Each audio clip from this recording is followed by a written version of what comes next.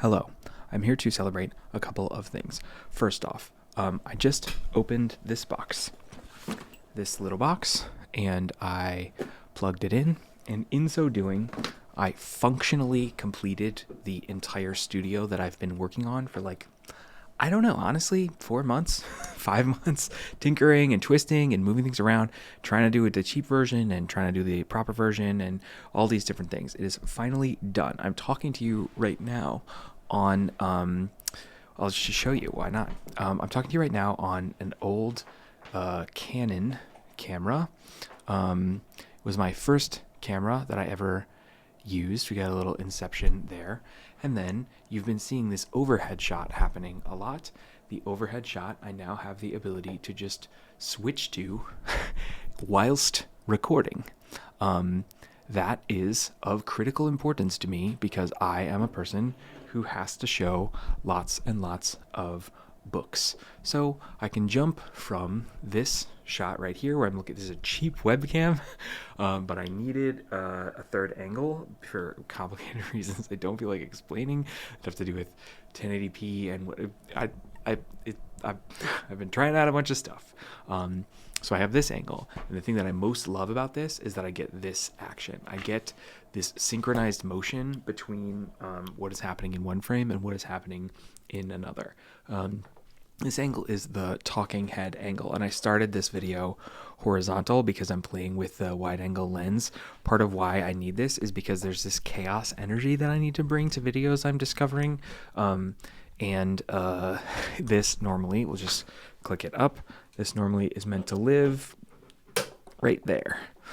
And it's got a little clampy damp, and that holds it on the desk.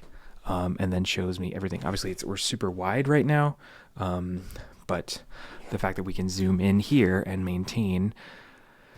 I'm so excited. I told myself before I started filming this video that I wasn't going to cut and edit it. I just wanted to walk you through everything. So the version 1 detail is that there are 3 different shots. The one that you're looking at, I'm calling it talking head. So that the editing process can be a bajillion times faster. I'm just pretending that I'm a live streamer. And so I can just switch to this one. And this one gives me my overhead view. And then I can go back to talking head, and I can go to here, and I can go to a pure overhead. And then I can do this floating head thing. And then I'm calling this sassy side cam. You can see these like banding effects up here. I messed up the audio. Sorry about that. The thing about this that is most important to me is being able to show books beautifully. And the word beautifully or aesthetically or in an engaging way is quite intentional because we live in an attention economy right now. And the attention economy in which we live means that things that are false, things that are radically untrue, harmfully untrue, deadly untrue, often rise to the top of the media ecosystem known as the attention economy.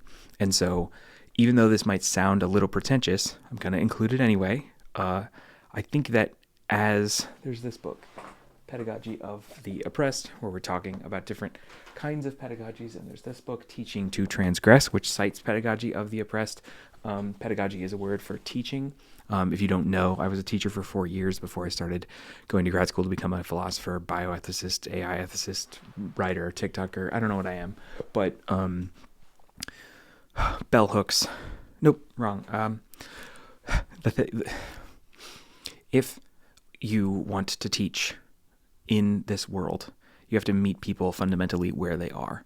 And meeting people fundamentally where they are at this point in time means that pedagogy in the post-digital world must include an understanding of creating ideas in an aesthetic way. Am I doing that necessarily in this video? No, this is a chaos studio tour.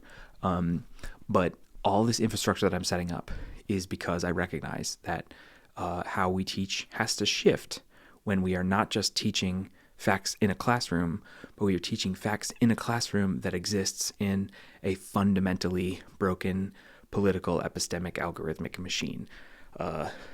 So I am investing in cameras, and to switch the angle completely and jump out of, can I do a 360 without breaking the cable. Yeah, I got tons of slack. Okay. To switch out of political philosophy mode and switch into personal mode. I've been making content now for several years, 2 of them seriously. These are the first 2 serious years of my serious content creation, and I'm in year 3. Sorry about the AC. Told myself I wouldn't do any cuts. Being in year 3 means that I am a junior. In my junior year of college, I forgot which way I did a 360. My junior year of college is the year that I stopped with the introductory textbooks, and I moved through. This is a weed out class. This is a class that it's probably a pedagogical notion that we should. I moved beyond. I don't need to pull them out. Physics complicated. I moved out of intro stuff. I moved out of the stuff that you have to do to be a physics minor, and I learned the stuff that you have to be a physics major. I moved out of the stuff that you have to do to be a philosophy minor, and I moved out of things to be a philosophy major. And I'm thinking about that as an analogy for this year of content creation, because I've now reached the point where I have a basic understanding of a whole lot of things, and I want to just drill down. And I'm doing that with studio stuff. I might do an extremely detailed video because I'm just proud of all the little details and I want to talk about it. And I just went on like a tirade. I got on a little pedagogical soapbox and talked about the value of aesthetics in education and economy, but I'll maybe do that in like 6 months if people ask me for it. Thanks for watching. And also, here we are. This one I love. And the reason I love this one is because the camera is on camera. And if you notice, you will see that this happens a lot in commercials now, and this happens a lot in documentaries, and this happens a lot in interviews. And without pulling more books off the shelf, I think of this as a visual representation of the postmodern turn, a representation of the understanding that we know that we each have a unique perspective. And it's not this camera that's on camera, it's an illusion. It's I don't want to move it. Okay, switch to it. Side cam. There. Camera's on camera. I did it. Okay. No, I don't like it. Going back to this one. It's an illusion. Sorry, what is an illusion? The objectivity.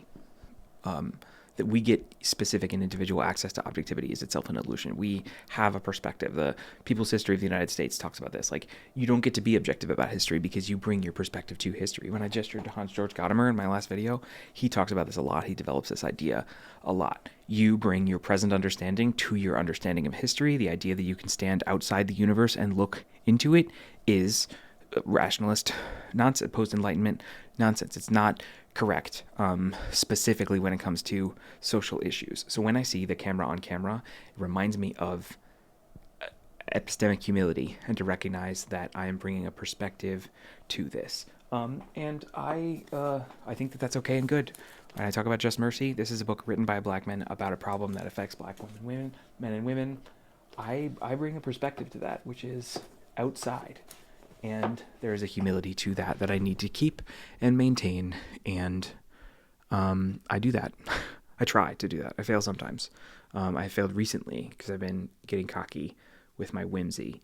But I try to do that. And I hope that over this junior year of content, you can see